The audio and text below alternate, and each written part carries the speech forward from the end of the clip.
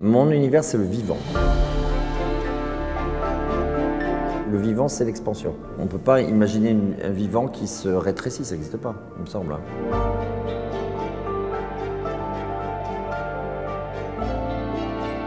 Tout ce qui évolue, vit, bouge, qui grandit, qui n'en finit pas. Tout artiste ne peut pas être présenté à Chaumont. Il faut qu'il y ait une poésie particulière, un certain regard qui va pouvoir s'adapter à ce lieu magique qu'est le domaine de Chaumont-sur-Loire. Quand je suis venu ici, j'ai vu que les choses étaient plutôt d'ampleur. Donc je me suis dit, je vais faire quelque chose d'ampleur. Et donc j'ai imaginé l'idée du sous-sol de la Terre. Quand on arrive à Chaumont, par exemple, on voit cet énorme rocher sur lequel il y a château, on dit, mais qu'est-ce qu'il y a en dessous? Et je voulais donner une image à ça.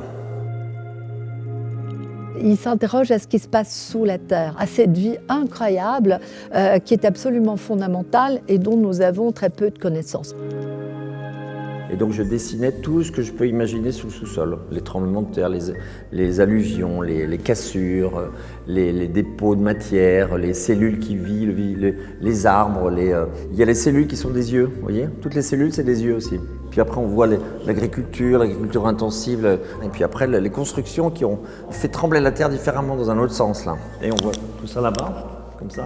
Et puis après, les déchets comme ça, puis cette matière en reconstruction, ce monde en reconstruction, et tous les morts, et tous les déchets, le pétrole.